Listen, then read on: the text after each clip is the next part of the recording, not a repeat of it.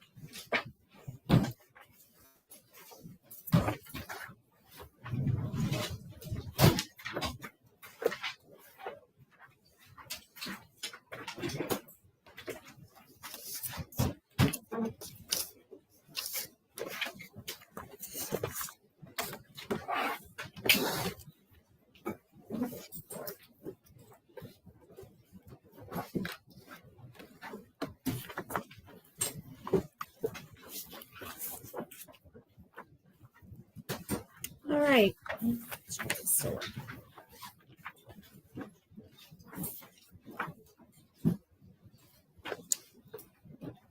So it's page 29 in your Unit 5 packet. That's where we're going to begin our review. Shelley, you go? All right. Let's check your answers starting on page 29 of the Unit 5 packet. So the first question asks, what does it mean for an object to travel in 2 dimensions? That means it's moving both horizontally and vertically simultaneously at the same time. In number 2, describe what happens to the horizontal component of velocity while an object is in the air. Nothing is happening. The velocity is constant. Number 3, if an object travels at a constant velocity, how does its average velocity compare to its instantaneous velocity throughout the trip? They're the same. So the V bar, the VI, and the VF are all the same values. Number 4, which equation will you use to make calculations about a projectile's horizontal displacement, in other words, the range, and the horizontal velocity?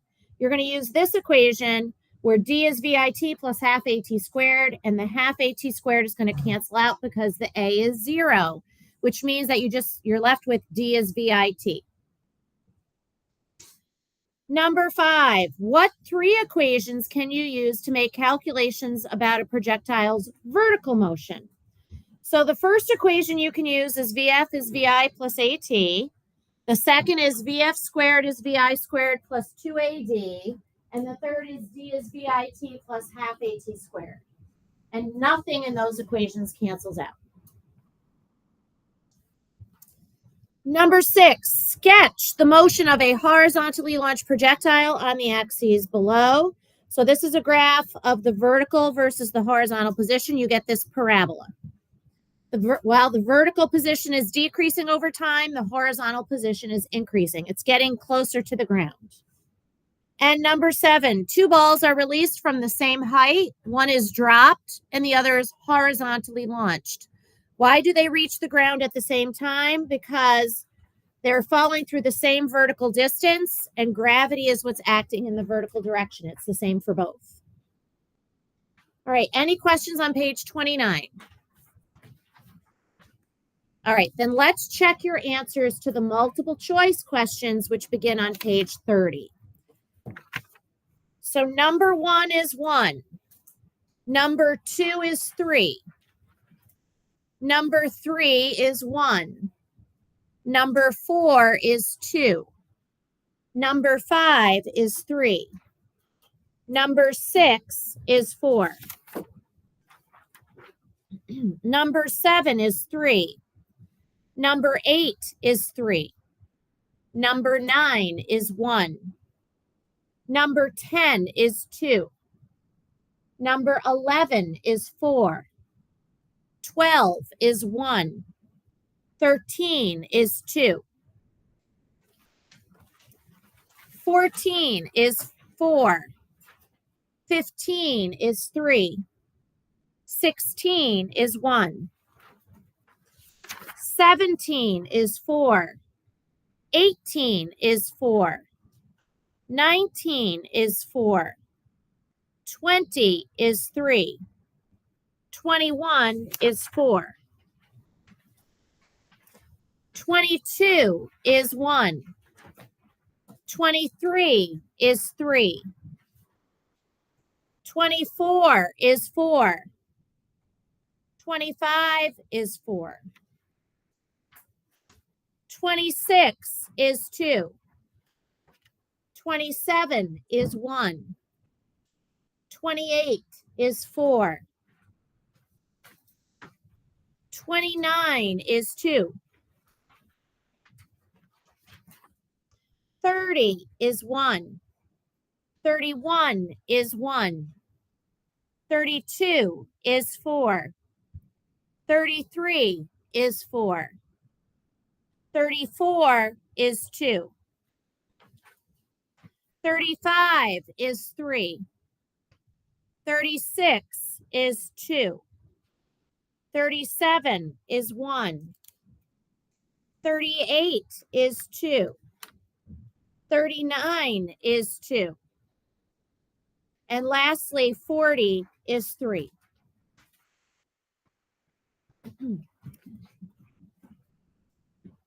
All right, let's go page by page through the multiple choice. So could you please turn back to page 30 in your packet? And let's look at pages 30 and 31. Are there any questions on those two pages? Emma? Number 2. Okay, I want to know what is the horizontal separation of the spheres at the end of 1.5 seconds. So here's what we need to do. You have to figure out how far out each of these two balls move in 1.5 seconds. I don't care about them coming down. Horizontal separation, there is no gravity, which means you can find horizontal distance by using VIT plus 1/2 AT squared, where the A is 0. So to come up with the distance that each one travels, you're going to take the initial speed that you see in the picture and multiply by the time, which is 1.5 seconds. So this one, 30 times 1.5, means it would go out 45 meters. So from there to there is 45 meters. And this one traveling at 10 meters per second in 1.5 seconds, 10 times 1.5 is 15. It's going to move here, 15 meters. I'm asking you for that horizontal distance. We can see that they start off 100 meters apart. So to come up with that horizontal distance, I'm going to subtract 45 and 15 from 100. 45 plus 15 is 60. 100 minus 60 is 40. And that's how we get that distance of separation is now 40 meters. Anything else you would like to ask, Kara? Number 6. I'm asking you, if we neglect friction at any given instant, what do both objects have the same? The correct answer is height, because when I throw something sideways versus just dropping it from the same height and they're going to the ground, they are going to fall together. They will always have the same height. So at 1 second, they would be at the same height. At 2 seconds, they'll be at the same height. At 3 seconds, they'll be at the same height, and so on and so forth. They do not have the same total velocities, because the one that is launched sideways after a brief moment in time is going to be going both sideways and down. This one is only going to be going down. It will never go sideways. So the total velocities are not the same. And you should have eliminated kinetic energy and momentum right away, because those are not terms that you've learned about in this course yet. So they're distractors. Anything else through 13? Please. Number 9 says that a red ball and a green ball are simultaneously thrown horizontally from the same height. The red ball is traveling at 40 meters per second. The green is traveling at 20 meters per second. I want you to compare the time it takes them to reach the ground. Since they are starting from the same height, they're going to get to the ground at the same time. Just like in this scenario here, Khalees, it doesn't matter what the horizontal speed is. The only thing that determines how long it takes them to fall is how far they're going to fall. Since they both fall through the same vertical distance, the times are the same. Anything else through 13? Kiara? Number 7 asks you, which action will increase the time of flight of this ball? Remember, what is determining how long it takes to the ground is how far it's going to fall. So all I need to do is increase that height. That makes it get to the ground in more time. So give it a higher position above the ground. Choice 3. Anything else through 13? Yes. Number 11 says, what is the approximate total time required for this ball to get to the ground? So let's make our little chart. What do we know about the X and Y directions? For this type of projectile, we know the accelerations. You know the initial velocities in each direction. The vertical is 0 meters per second. And we know the displacement in the Y direction is negative 60.0 meters. I'm looking for the time. I'm going to use the Y direction to get it because that's where I know more. So we use D is VIT plus 1/2 AT squared. VI in the Y direction for this question is 0. So that means the time would be the square root of 2D divided by A. That is the square root of 2 times negative 60.0 meters divided by negative 9.81 meter per second squared. And we're going to go to the calculator to get that answer. So the square root of 2 times negative 60 divided by negative 9.81 gives me an answer of 1.11 seconds. That's my mistake. Square root of 2 times negative 60, not negative 6, divided by negative 9.81. Keep typing this in wrong. Negative 9.81 gives me 3.50 seconds, which is choice number 4. Anything else through 13? Yes, Khalees? You're good? Okay. Let's go to the next 2 pages then through question 21.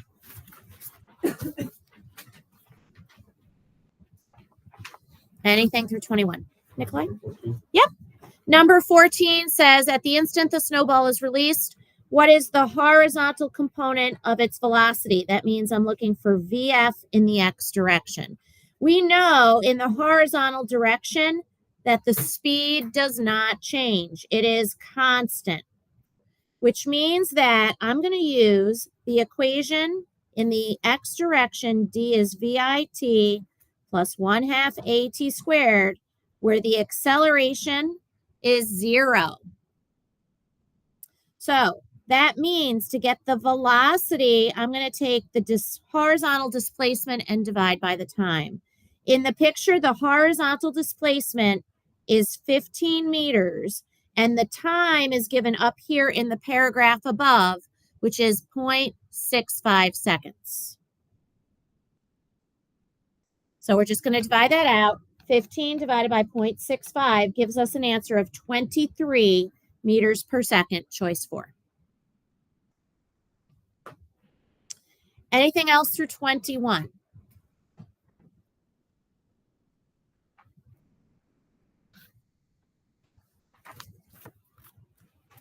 All right, how about the next 2 pages, which gets us through question 28?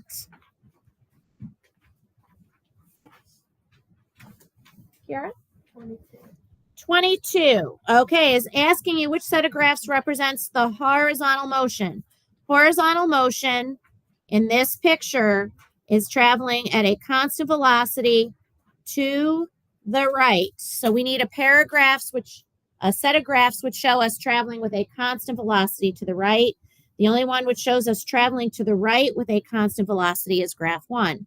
This is a constant velocity to the right, not to the left. Diagonal line, positive slope. There we see the speed is not changing. It's constant. That is graph 1. Graph 4 might be the other logical choice, but this one shows it traveling left, not right. And that's why number 4 is wrong.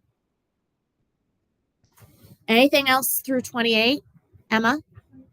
24 says that we have a projectile launched at an angle of 60 degrees to the horizontal with an initial speed of 10 meters per second. What is the vertical component of the initial speed? That means I'm looking for VI in the Y direction. That is your angle theta, and that is the speed, the hypotenuse of the triangle, VI. To get that, you use AY is A sine of theta. That is 10 meters per second times the sine of 60 degrees. So when you work that out on your calculator, 10 sine 60, you should get 8.7 meters per second, which is choice 4. Thank you, Elisa. Anything else through 28, Khalees? Yep, same idea. There's your angle theta. This is your VI. I'm looking for the vertical component of that velocity. That means I'm looking for VIY. So you use 80 meters per second, sine 53 degrees. Anything else through 28? All right, how about through question 40? Let's just finish these up. Anything else through 40?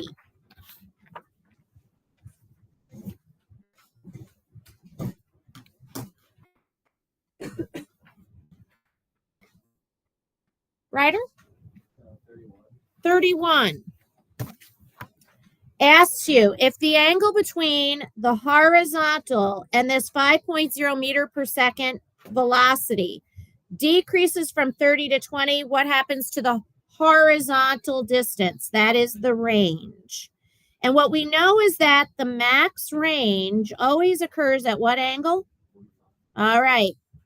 Are we getting closer to 45 or further from 45 if you go from 30 to 20?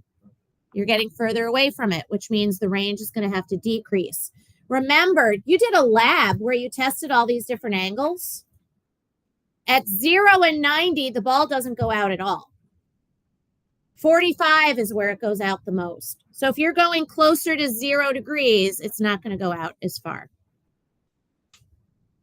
That's why it decreases the range. Anything else, Khalees? Number 30 says, as the ball rises, what happens to the vertical component of its velocity? So just think about anything going up. What do things going up do? They slow down, which means the velocity is going to decrease. Anything else through 40? Miriam? 36. Asked you for the total horizontal distance traveled. That means I am looking for the range. Now notice in the question, I'm giving you the horizontal velocity and I'm telling you that this is our time up. Can you tell me what the time is to get to the ground? If that is the time up. So that would be 1.84 seconds. So now to get the range, we're going to use D as VIT plus 1/2 AT squared in the X direction. And the acceleration in the X direction is always 0. So that means the range can be found by taking the 9.0 meters per second and multiplying by 1.84 seconds. 9 times 1.84 gives me about 17 meters, choice 2. Emma? 37 says, the speed at which the launcher fires tennis balls is constant, but the angle between the launcher and the horizontal can be varied. As the angle is decreased from 45 to 30 degrees, what happens to the range? Remember, the maximum range is at 45. So if you go away from 45, either towards 0 or 90, it's going to decrease. Choice 1. And you saw that in the lab that we did by changing the angle of the cannon. Yep. 35 asks for the speed. That means I'm looking for VI. VI, I've gave you VIX and VIY. Let's make our triangle. This is 9.0 meters per second. That's 9.0 meters per second. The VI is the hypotenuse of the triangle. How do you get the hypotenuse? Pythagorean theorem. 9 squared plus 9 squared. So 81 plus 81. Then take the square root of that. And that will give you the answer. 9 squared plus 9 squared. Take the square root of 162. Gives you 12.7 or 13 meters per second. Anything else through 40? Khalees? 38. Okay. Tells us that the initial velocity of the projectile has a vertical component of 98 meters per second and a horizontal component of 49 meters per second. I want to know how long it takes to get to the highest point. To go up, we use vertical direction. We know the VI in the Y direction is positive 98 meters per second. And when it gets to the top, the velocity is 0 meters per second. What slows it down is gravity. Negative 9.81 meter per second squared for the acceleration. I was asking you for the time to get to the highest point. That's the time up. So I'm going to use VF is VI plus AT. So T is VF minus VI over A. The VF is 0. So I'm going to do negative of positive 98 meters per second divided by negative 9.81 meter per second squared, which gives you roughly 10 seconds, choice 2. Miriam? 32. Says a student throws a stone upward at 45 degrees. Which statement describes the stone at the highest point? All right. So here is that being launched at 45 degrees, which I really don't care about what the angle is. I'm talking about it right here. At the highest point, it is still moving horizontally, but the vertical velocity is 0. Something is still going to pull it down to the ground, and that is gravity. So is its acceleration 0? No, there's still gravity. Is its acceleration a maximum? It's the same everywhere. Gravity. Is the height its minimum value? No, that's where its height is the maximum at this point. Is its speed a minimum? Yes, because this is the only point in the trajectory where there is no vertical velocity. When we launch it here, there is a Y component and an X component. When it's landing, there is a Y component and that same X component. The only place we have no vertical component is at the top. Therefore, that's where the speed is the smallest. Anything else through 40? Please. Okay, so let's go back a page to 26, which says, what is the total horizontal distance traveled in the first 2.50 seconds of flight? So I'm asking you for the range. I gave you the time. I also gave you the initial speed and the angle. In order to find a horizontal distance, I need to know what VI in the X direction is. How do we get that? We use the equation AX is A cosine of theta. So I'm going to do 40 cosine of 40 degrees. 40 cosine of 40 degrees gives me roughly 30.6 meters per second. Now I can get the range by using that initial velocity multiplied by the time plus half the acceleration times the time squared. In the X direction, the acceleration is 0. So to get the horizontal range, I use the horizontal velocity. That is 30.6 meters per second. So we're going to multiply 30.6 meters per second by the 2.50 seconds it's in the air. 30.6 times 2.50 gives me an answer of 76.5, roughly 76.6 meters, choice 2. Anything else?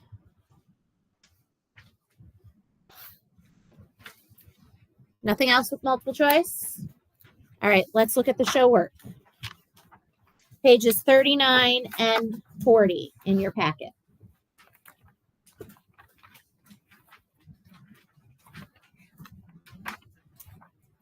So on page 39, number 1, first thing you had to get was the time. It's 4.00 seconds. And then you can get the range, which is 32 meters. So your final answer is 32 meters for number 1. Number 2, in part A, the time is 0.500 seconds.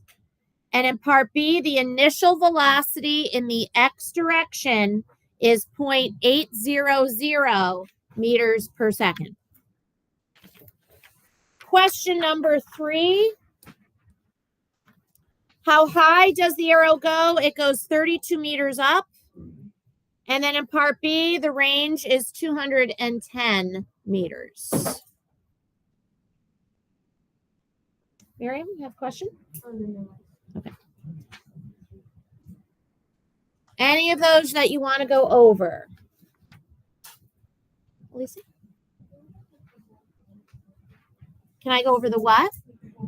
Yep. Okay. So the first thing you should have done was make your sketch. Looks like this. 49 meters per second at 30.0 degrees. You've got a dy, a dx, and a t to the land. You're now going to take that vi and break it up into its components. Vi in the x direction is found by doing ax is a cosine theta. That is 49 meters per second times the cosine of 30.0 degrees with the 2 sig figs gives you 42 meters per second in the x direction. In the y direction, you use ay as a sine theta. 49 meters per second sine of 30.0 degrees gives you 25 meters per second. Now what I'm going to do is make my chart. What do I know? In the x direction, I know the acceleration is 0 meters per second squared. In the y, it's negative 9.81 meter per second squared. I don't know either d. I know the vi in the x is 42 meters per second, and in the y, it's 25 meters per second. I also know in the vertical direction at the top, it stops. It always stops at the top. So now I'm going to find the time. I have to get the time, and I'm going to do that using the vertical direction because that's where I have more valuable information. So I will use VF is VI plus AT. That means the time up would be the VF minus the VI over A. The VF at the top in the Y direction is 0 meters per second minus the 25 meters per second that we calculated, all over negative 9.81 meter per second squared, which tells me that the time up is 2.5 seconds with the sig figs. But to get the range in part B, I need the total time, which is 5.0 seconds. So now I know it's 2.5 seconds to the top and 5.0 seconds to the ground. So let's find the range first in part B. To do that, we use d as VIT plus half AT squared in the x direction where the A is 0. I'm now going to take the horizontal component of the initial velocity, 42 meters per second, and multiply it by the total time it's in the air, 5.0 seconds. That gives us a range of 210 meters with the sig figs. Now I can get the height, and I can get it using either V bar is D over T, VF squared is VI squared plus 2AD, or D is VIT plus half AT squared. I'm going to do it. I don't know. Which way did you want to do it? You can tell me. Okay, so I'm going to do it with this. Then I don't need time. So to get the height, VF squared is VI squared plus 2AD. I would use D as VF squared minus VI squared over 2A, where the VF at the top is 0. So 0 meters per second squared minus the 25 meters per second That gets squared, and I divide by 2 times negative 9.81 meter per second squared. Tells me it's going to go up 32 meters. Now, you could have done it, as I said, using D is VIT plus half AT squared, and that would look like the 25 meters per second going up times the time up 2.5 seconds. We would then add that to half of negative 9.81 meter per second squared times 2.5 seconds squared. That would give you the same answer of 32 meters. Or you could use V bar is D over T. So the D is V bar T. But to get the V bar, you have to add the starting and ending velocity at the top and then divide by 2. That means I would take 25 meters per second, add it to 0 meters per second, dividing by 2 tells me that the average speed on the way up is 12.5 meters per second. So I would multiply 12.5 meters per second by the time up of 2.5 seconds, which would still give me 32 meters. So any way you slice it, you still get 32 meters for the height. Anything else on the review that you would like to go over before we continue with Unit 6? Yeah. The whole thing? So you should have started with your sketch. Looks like this. You've got a VI here in the X direction.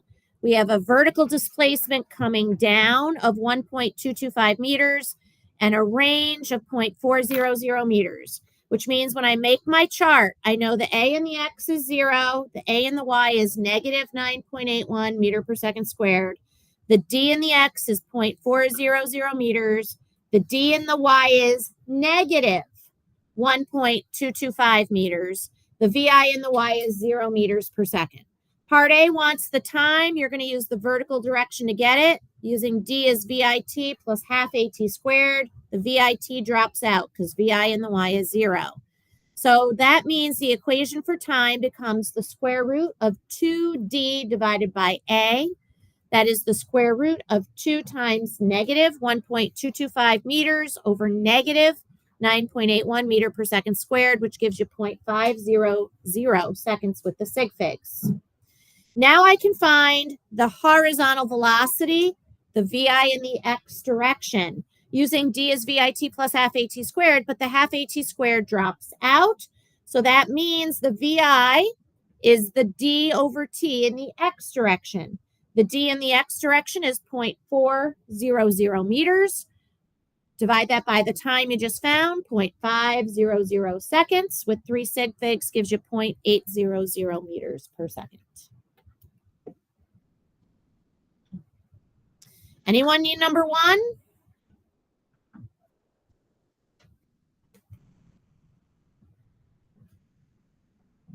All right, then let's put your Unit 5 materials away, and we are going to start Unit 6B now.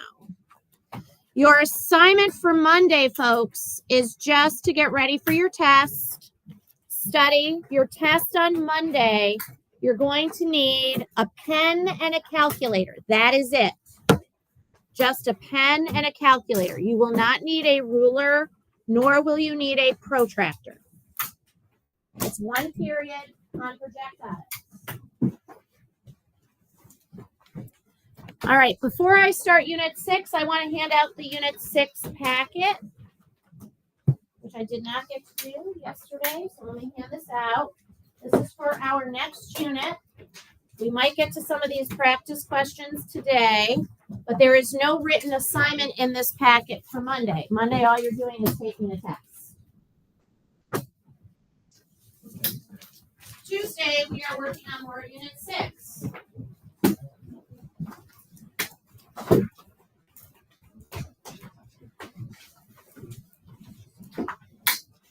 We have homework on Tuesday? Yes.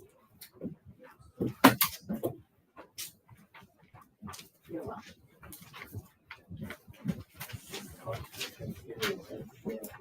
It's not long. It'll take you maybe 10 minutes. fast. You know what you're doing. Hope so. I would hope so too. And if we move right along in class on Tuesday, you may even have time in class Tuesday to work on that assignment. So that way you really don't have very much to do over the Thanksgiving recess other than study. Because I know if you're not studying, chances are you're not going to remember anything when you come back after those 5 days off. And then your quiz grades will tank, which I don't think any of you want to happen.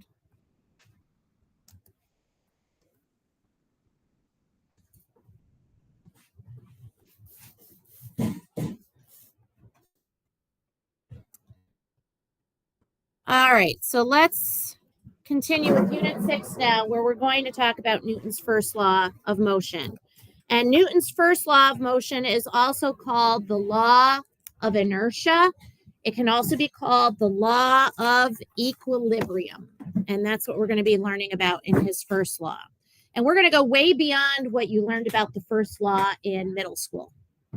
So we have to know what is meant by a force. Again, the whole unit, the whole rest of the course is about force. So that was something you should have studied for today. Then we'll talk about what Newton's first law says. You need to be able to just recite it like you did in middle school, but now you also have to explain it, like to a kindergartner. What does Newton's first law tell you? Then we're going to define a couple of terms, inertia and mass, which are related to each other. Then we'll explain the differences between having a net force versus being in equilibrium. And then it's all conceptual. There's no math here. Okay, it's all concepts. So let's just review what we talked about yesterday. What's a force? It's a push or pull. The symbol for it on your reference table is a capital F.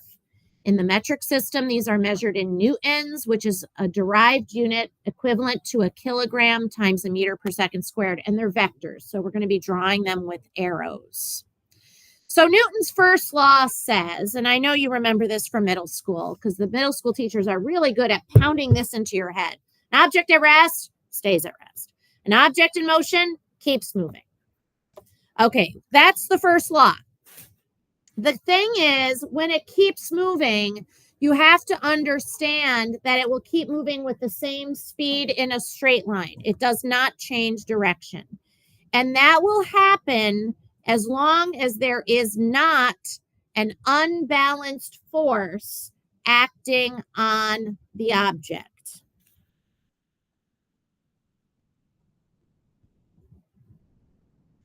So as long as there isn't an unbalanced force acting on the object will keep doing whatever it was doing. Meaning if it was at rest, it will remain at rest. And if it was moving, it will keep moving with a constant speed in a straight line. What it does, if the forces are balanced, depends on what it was doing when the force is balanced out. Was it moving? All right, then it keeps going at a constant speed in a straight line. Cruise control with the steering wheel not moving. If it was not moving when the force is balanced out, it just sits there. It doesn't move at all.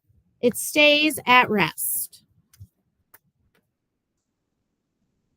So objects in plain English just want to keep doing what they're doing.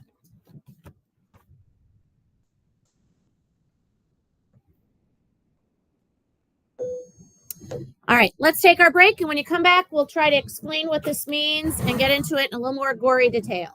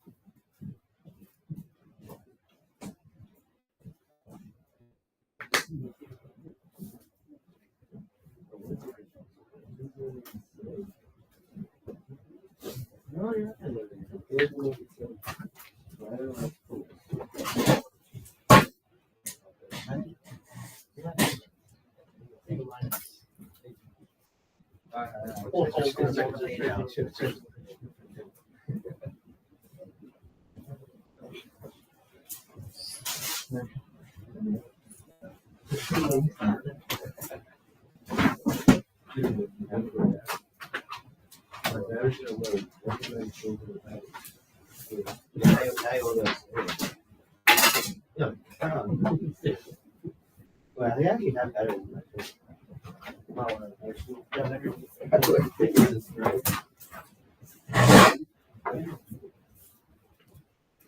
No, I don't. I used to hear that. I'm fine with those. You can buy some back and forth. Oh, yeah. It's like, oh, it's like-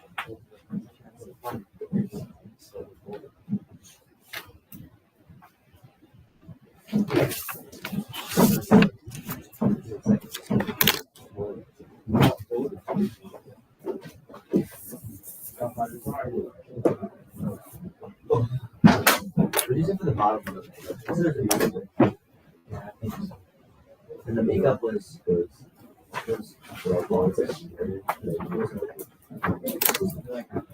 one of them remember on the board. There's a big bonus of higher background. I said that was what's in deck? Yeah, Audrey wrote. I think it's bad at my English quiz because I did mistakes.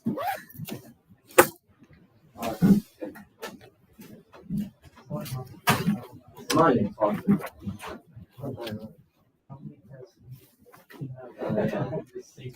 Like basically all of that.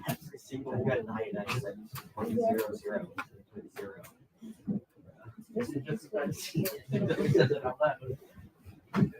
Maybe I should be saying it out loud. It's better.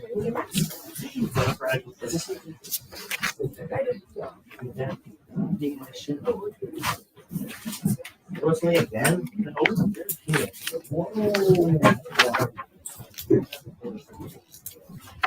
Great, bro. Stop.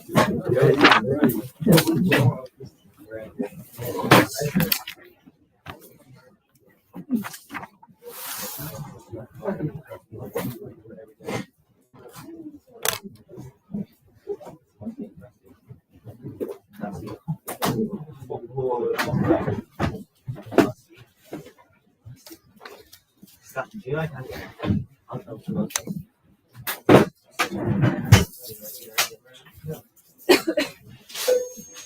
All right, folks. Let's keep going. You can put your Chromebook away, please.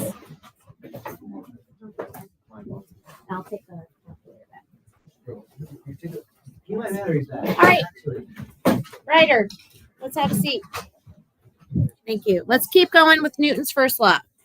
So as we just read in that statement, trying to digest it, I think this chart kind of describes for what's going on. The first law is a situation, a law that only happens or applies when the forces on an object are balanced. Okay, so the first thing I might say to you is, when is Newton's law going to be applicable? And you should be telling me, because they're balanced. Now, once we know forces on an object are balanced, what Sir Isaac Newton said was that an object can either be at rest, meaning its velocity is 0 meters per second, or you can see that's why there's two arrows coming off of it, or it could be moving, meaning its velocity is not 0 meters per second. So this law is not useful in terms of telling you if you're moving or not. What we know, though, because we are not going to change our velocity, is that means we are not accelerating. That is the key piece with Newton's first law. When objects have balanced forces on them, they do not accelerate, which means that their velocity, whatever that velocity value is, will not change. Which means if you're at rest, you stay at rest. Which means if you're moving, you remain moving with the same speed in the same direction. So I'll give you a minute to get that chart in your notes, because that really explains very specifically what's happening.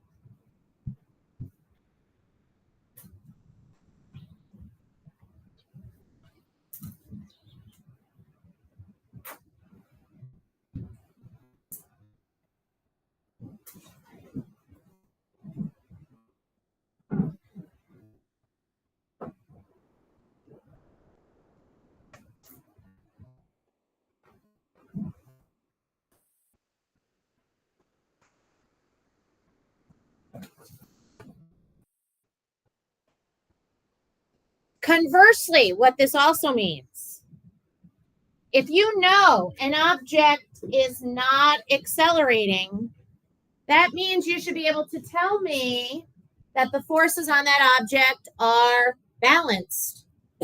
And Newton's first law is going to pertain to how they behave or explain why they're doing what they're doing. Okay? So this law tells us that if you're not accelerating, it's because the forces on you are balancing out. Let's see if you understand what that means, balancing out. It means that,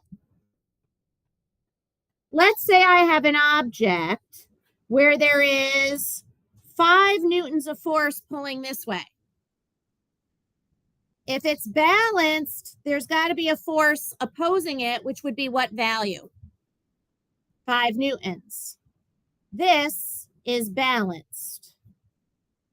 What about if I had 5 newtons of force up and right? If this is balanced, what should I see? 5 newtons also pulling down and left in the opposite direction. That is balanced. What about if I had 5 newtons like that? Is that balanced? Is it balanced? No. How do you know? Because there's only one thing there. There's nothing opposing it. So this is what we would say is unbalanced. These are balanced, and since those are balanced, that means they are not accelerating. That is what Newton's first law is talking about. Newton's first law does not describe this. That's something else that we'll be talking about later in Unit 6.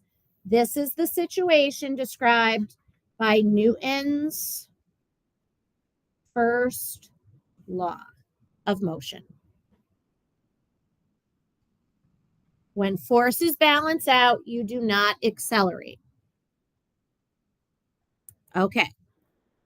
So let's look at some examples. What does it mean if you're not accelerating? If you have balanced forces, it means if you're at rest, your velocity will remain 0. It means that if you are traveling at 5 meters per second to the right, you'll keep moving at 5 meters per second to the right. It means if you're moving to the left at 2 meters per second, you'll keep going left at 2 meters per second as long as there are balanced forces on you. As long as there are balanced forces, you will not change your speed, nor will you change the direction that you're headed. So another way to say this is that all objects resist changes to their motion. They want to just keep doing whatever they were doing, kind of like people. People are resistant to change as well. Mentally, they're resistant to it. We want to just keep doing what we're doing. In physics terms, with motion, an object will keep doing whatever they were doing if there isn't an unbalanced force acting. As long as the forces are balanced, you'll keep doing what you're doing. You will not accelerate.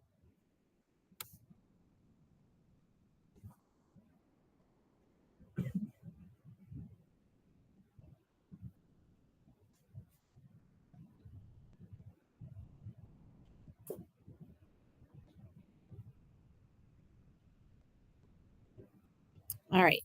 Can I go on to the next term, inertia?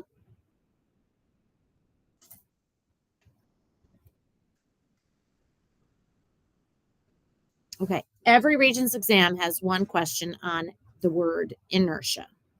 1. Notice in the bubble at the top, what is inertia? It's a quantity which depends solely on your mass. So inertia is the tendency of an object to resist an acceleration or a change in motion. And it is dependent upon your mass only. The more mass you have, the more you can resist a change to an unbalanced force, which creates an acceleration. And it's dependent upon your mass. What that means is the more mass you have, the more inertia you have. The more mass you have, the more you will resist a change to a motion. The more you will resist an acceleration. So the more mass you have, the more inertia you have, or the less mass you have, the less inertia you have. It doesn't depend on the material that you're made from. It's dependent on the mass that the object possesses.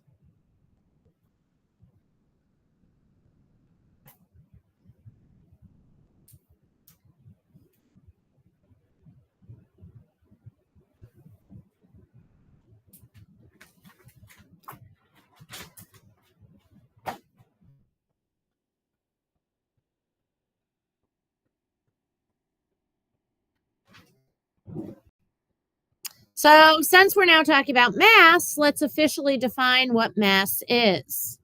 Mass refers to how much matter is in an object. And I know you talk about that in chemistry as well. Matter refers to how much stuff is inside of an object, not density. We're not talking about how closely packed all that matter is. We're just talking about how much matter there actually is inside of something. In the metric system, we will always measure masses in kilograms.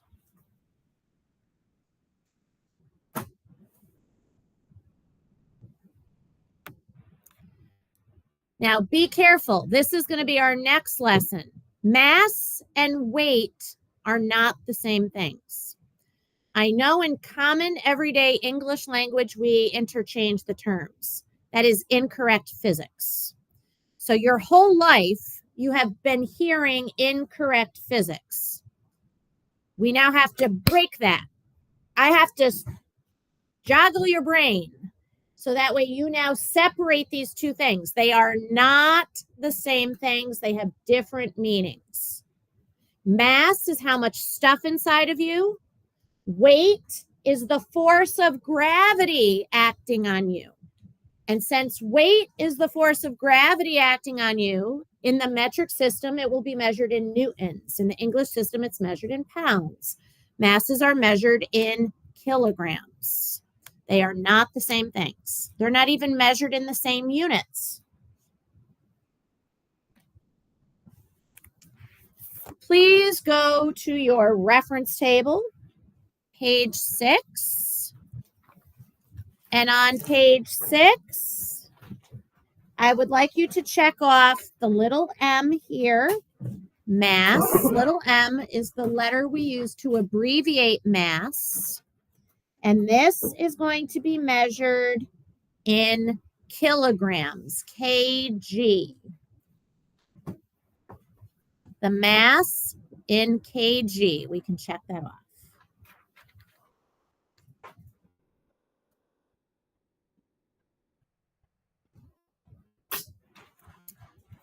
Something else we always do on our exams is talk about relative sizes of things. You had a question on your quarter exam which asked about an estimation for a length or a thickness of your pencil.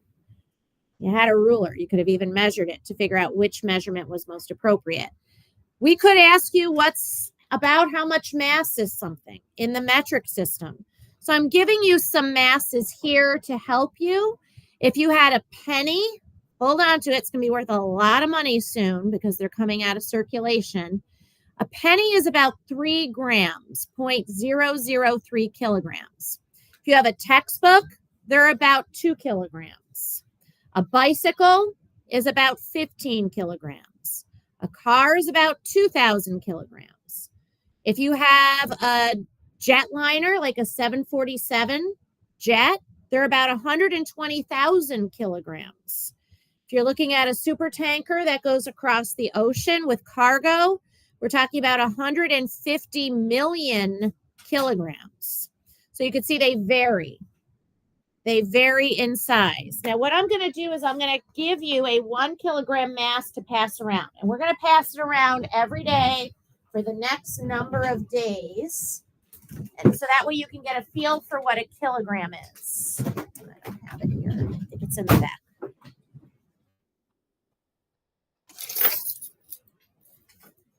So you can get a feel for how heavy it is.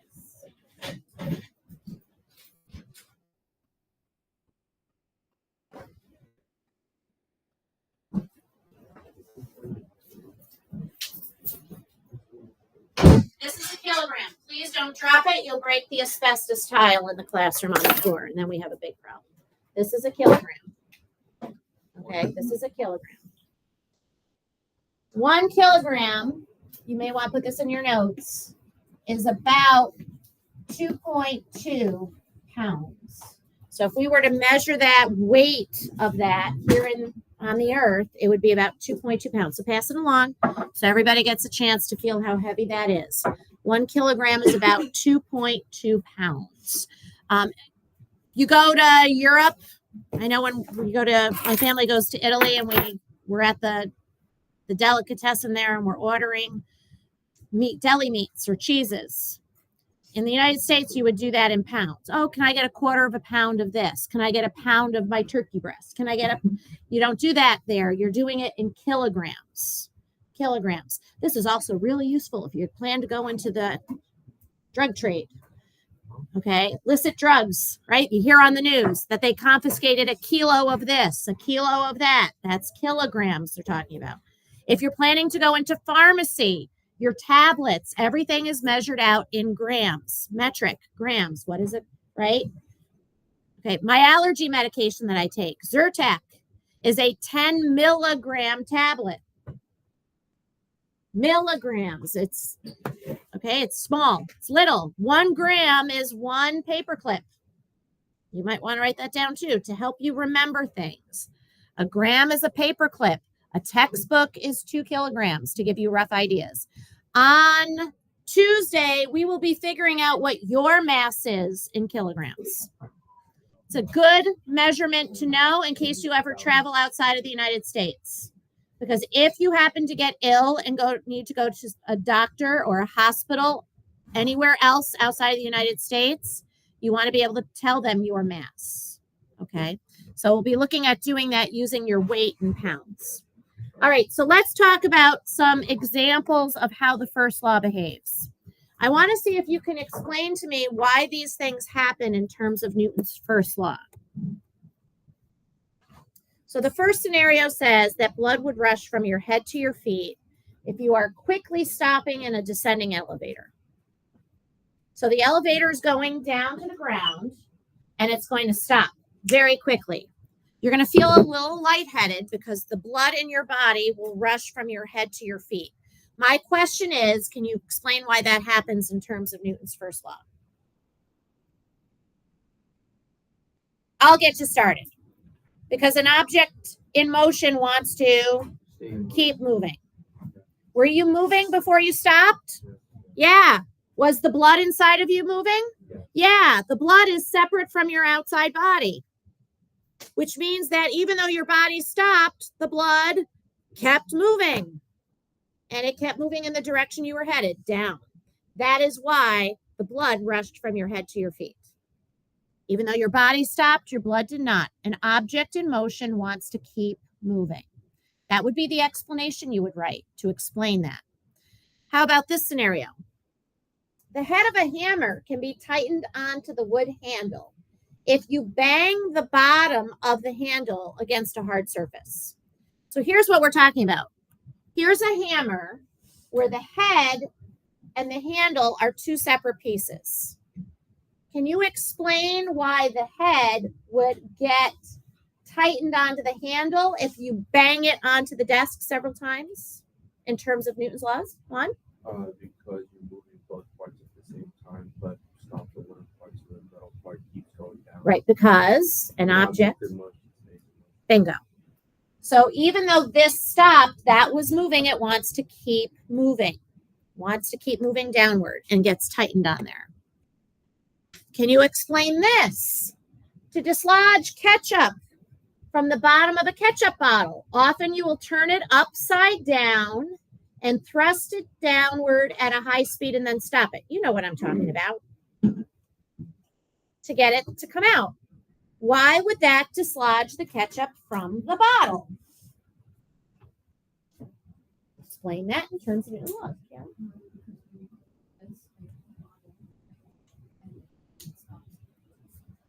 Because an object, there you go. The ketchup was in motion. It wants to keep moving even though the bottle around it stopped.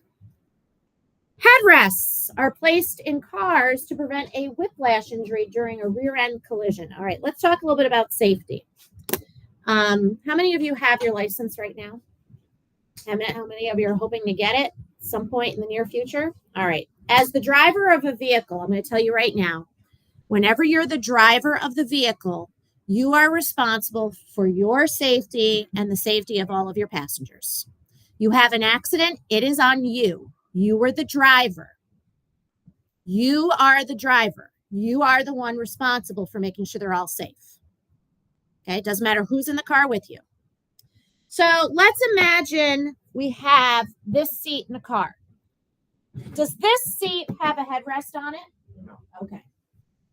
Let's talk about what happens in a collision, a rear end collision, if you don't have a headrest. Okay. First of all, what is whiplash? Whiplash, I'm going to explain to you. Nope, it's not this back and forth kind of thing. That is not what whiplash is. Whiplash is an injury that is caused by a rapid compression of the vertebrae in your neck. Do you all know that your spinal column goes up to the stem of your brain? It comes all the way up back here and goes to your brain stem. And there are all these little discs and vertebrae.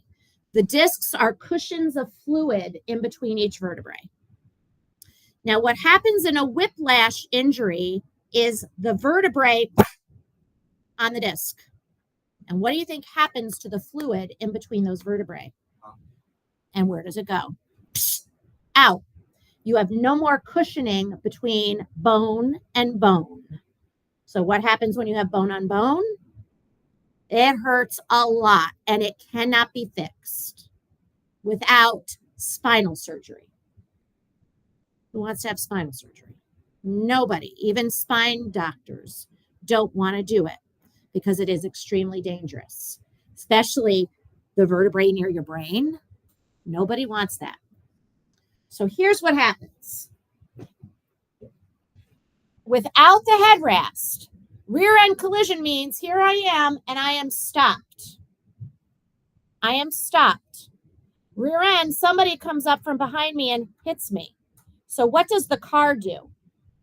It goes forward. My seat is going to go forward. Is my entire body being pushed forward by the seat? No, it's not. Only up to my shoulders, roughly, is going to get pushed forward. My head and my body were at rest initially. What does my head want to do if it's at rest? It wants to stay at rest. It wants to stay behind. But my body, from my shoulders down, gets pushed forward very quickly. So it looks like this. Although your head isn't snapping back, what really happens is your body is pushed forward, but your head doesn't move, causing that to happen in your neck. Do you follow? How would a headrest fix that? Right. It keeps your head moving with your body. So it extends the seat all the way up behind your head. So now if the seat gets pushed forward, your entire body moves forward. So that way your head doesn't stay behind. And now you've prevented the whiplash injury. So as the driver of the car, you need to make sure everybody's headrest is positioned correctly behind the head. Now, I don't know how many of you, if you're driving and you have your own license, have your own vehicle. Chances are you probably don't. I know when my daughter gets her license later this year, she's not going to have her own car. She'll borrow my car. And she is quite a bit taller than I am. So that means when we swap drivers in the car, she's going to have to make sure that she moves the headrest up in the driver's seat. You follow? Otherwise, if she gets in an accident, she's not going to be as protected. So we have to adjust. You may have to continuously adjust those things to make sure everyone in the car, including yourself, is protected in this type of injury. They're not fatal. They're just permanent neck damage. Permanent. It's not fun. And you guys are too young to have that. You'll have arthritis like immediately. It's bad. And you see people wearing these collars, right? That's to try to prevent any more pain. All right. How about this one? What motion would the passengers in a car undergo if they failed to use their seatbelt and there were no airbags in the car either, and the car is brought to a sudden and abrupt halt by a collision with a wall? So you're not wearing your seatbelt. There's no airbag. You're driving along and all of a sudden you go into a wall. What's going to happen and why? Janicia?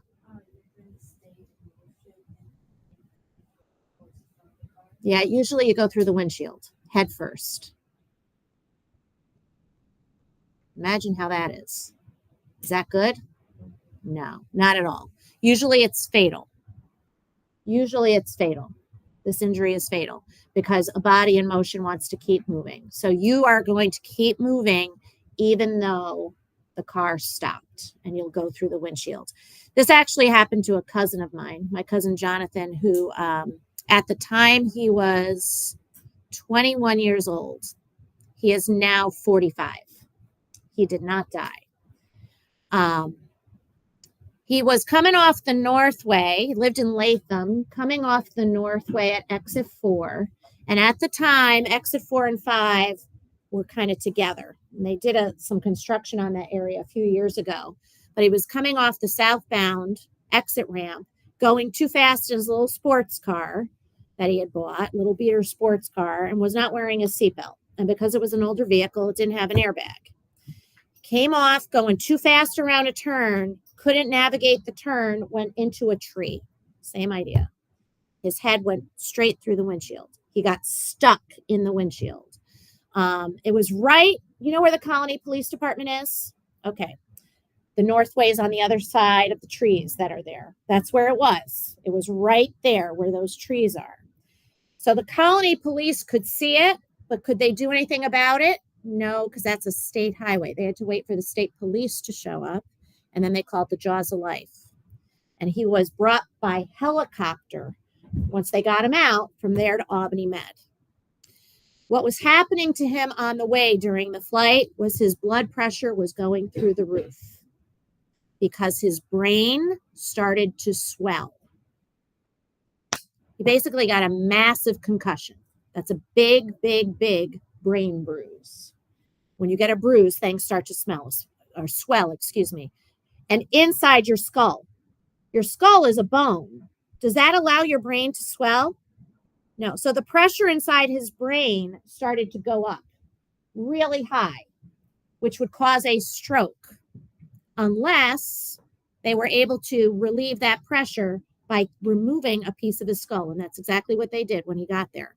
They cut him open from here to here, opened him up, cut out with a saw a top part of his skull. Then they sutured him back up, and he was placed in a medically induced coma because the pain would be excruciating. And they had to wait 6 months for that swelling to come down. He was in a coma for 6 months until the swelling got reduced enough that he wasn't going to stroke out. At that point, he didn't have the top of his brain. He then went, once he woke up from the coma, the swelling was down, woke up, and they opened it back up, put the bone back in. So now they fused the bone. And then he was transferred to Sunnyview Rehabilitation Hospital because he had a traumatic brain injury. If you were to meet my cousin Jonathan today, you would wonder what is wrong with this man. Something isn't right. He had to learn how to walk. talk, eat with a fork all over again. He had to learn how to go to the bathroom again. He had to learn how to do everything all over again. If you were to talk to him today, you would think you were talking to a 5-year-old boy. And he's 42. He is on permanent disability. He has grand mal seizures every day. It's bad. It's bad. During that 6 months, my family and I we go to church. We were just praying that almost. It was hard. It was hard for us to watch. It's hard for us to watch him now. He will never be able to live on his own. Ever. Ever.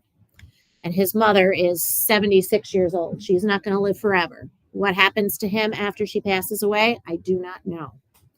It's bad. It's bad. You need to make sure you wear your seatbelt. And as the driver of the vehicle, who's responsible for making sure everybody in the car is wearing their seatbelt? You are. You are. Unfortunately, it's almost every year that I have to go to a former student's funeral that got into an accident like this because they were in a rush, didn't put their seatbelt on, and they died. We almost wish he had passed away. It's bad. It's bad. Not saying his quality of life, it just doesn't have the same quality of life anymore. But he is alive. He's on a lot of medication, on disability, can't hold a job, can't do any of those things. And he was 21 when that happened. He was attending Hudson Valley to be a computer technician. He had a good job lined up, and that was taken away like that. And we'll never be able to do that. So I'm telling you that because I want to make sure I don't go to your funerals. Okay, when I got to pass away before you, that's the natural order of things. You can come to mine, but I should not be going to yours. So please just make sure you wear your seatbelt. And it is the worst thing. I did have a student my 3rd year of teaching who got into this accident. Him and his passenger, he was wearing a seatbelt. His passenger was not. There was an accident here at the high school. They were driving at around 11 o'clock at night. He was navigating the turn over by the football field too quickly, went straight into at the time they had these concrete ballast posts around the football field, and his car went right into those concrete posts. The car stopped. His passenger went through the windshield. She died. He was 16 years old when that happened. Do you think he was ever the same after that? Can you imagine your passenger and your car died as a result of what you were doing? Okay, so please make sure you are responsible drivers. That's all. It's my public service announcement today, and that's all because of physics. All right, that's all I got for you on this presentation. We have 10 minutes. I would like to go through some of the practice questions with you in your Unit 6 packet. They are all conceptual. Can you explain this stuff? Okay. Sorry for the gory lesson. I know some of you are like, oh my God. Just the visualization is really yucky. Here we go. Number 1. Imagine a place in the cosmos where we are far from all gravitational and frictional influences.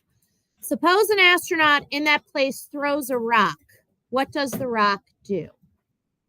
Does it gradually stop, or does it keep moving in the same direction at a constant speed?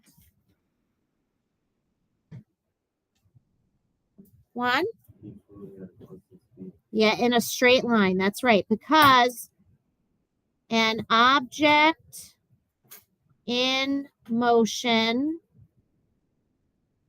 will keep moving in a straight line at a constant speed when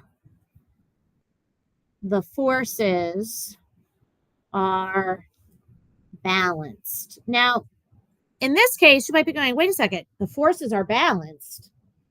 Here's that rock. Are there any forces on that rock at all? None. No forces is like balanced. There's not, it's all balanced. There's just nothing there.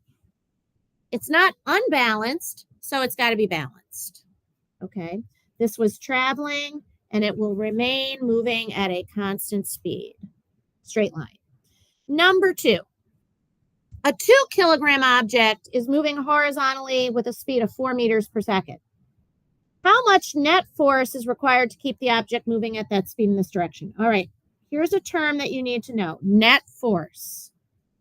Net force refers to the amount of unbalanced force.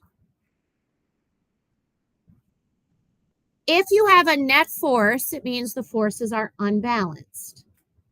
How much unbalanced force do you need to keep something moving at that speed in that direction?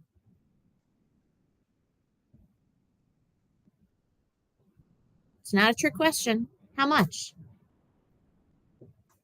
You want something to keep moving at a particular speed in a straight line. How much do you need? No. None. So that means, and the symbol for this is F net, is 0 newtons. You don't need any unbalanced force. The forces must be balanced.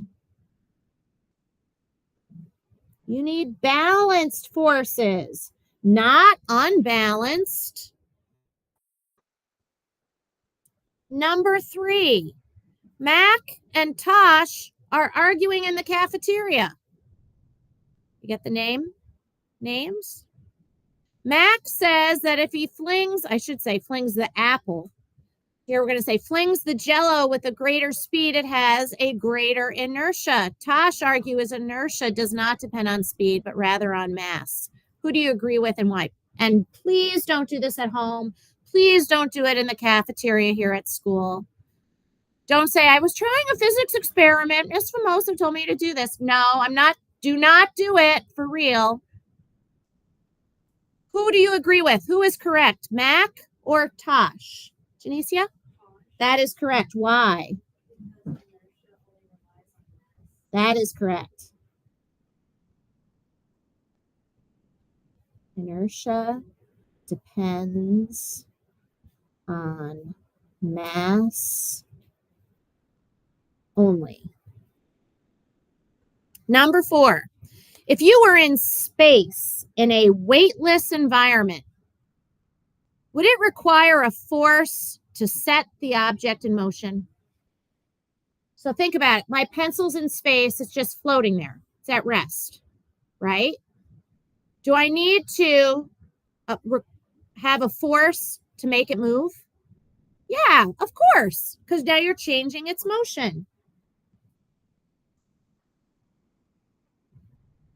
An object,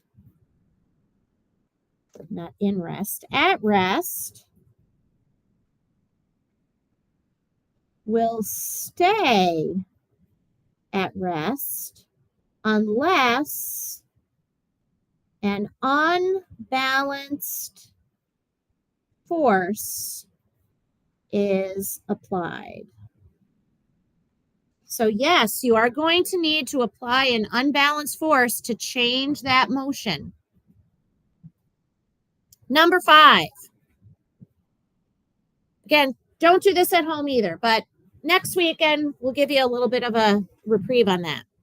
John Madden is spending most Sunday afternoons at rest on the sofa, watching pro football games and consuming large quantities of food. So he's at rest on the sofa, eating a lot of food while he watches football games. What effect, if any, is that going to have on his inertia? Nikolai?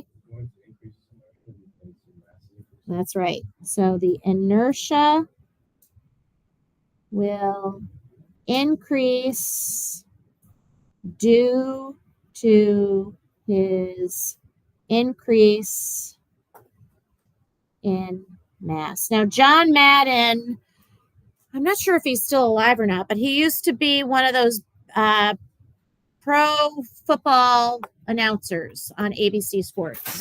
I'm not so sure he's still doing that or not, but he was a big guy.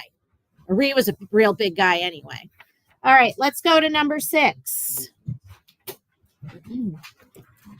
Ben Too Close is being chased through the woods by a bull moose which he was attempting to photograph. The enormous mass of the bull moose is extremely intimidating. Yet, if Ben makes a zigzag pattern through the woods, he's able to use the large mass of the moose to his own advantage. Explain that in terms of inertia and Newton's first law of motion. You get his name? Yeah. Why is the bull moose trying to chase him? Because he got too close. Yeah. He's been too close. All right. So Ben is going to zigzag through the woods to get away from this bull moose who's chasing him. I mean, a bull moose is probably 6.5, 7 feet tall, plus the antlers on top of that.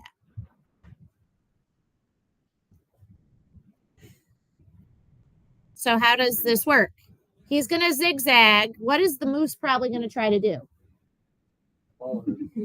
So the moose is also going to try to zigzag. Is the moose going to be able to do that? No, why not? What? He has too much mass. And the more mass he has, what? The more inertia. So that means it's... Keep going with that thought. I already heard that. So what does that mean? It's harder to change. The moose is going to have a much more challenging time zigzagging than Ben. So since the moose has more mass, it has more inertia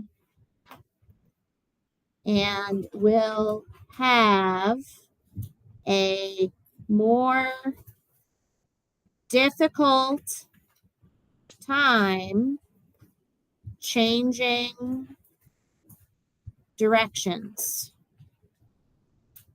meaning zigzagging. So Ben can escape without injury. You could do that with any animal in the woods. Let's say you go camping and you come across a bear. The bear starts chasing you. You start zigzagging. And that's how you'll get away.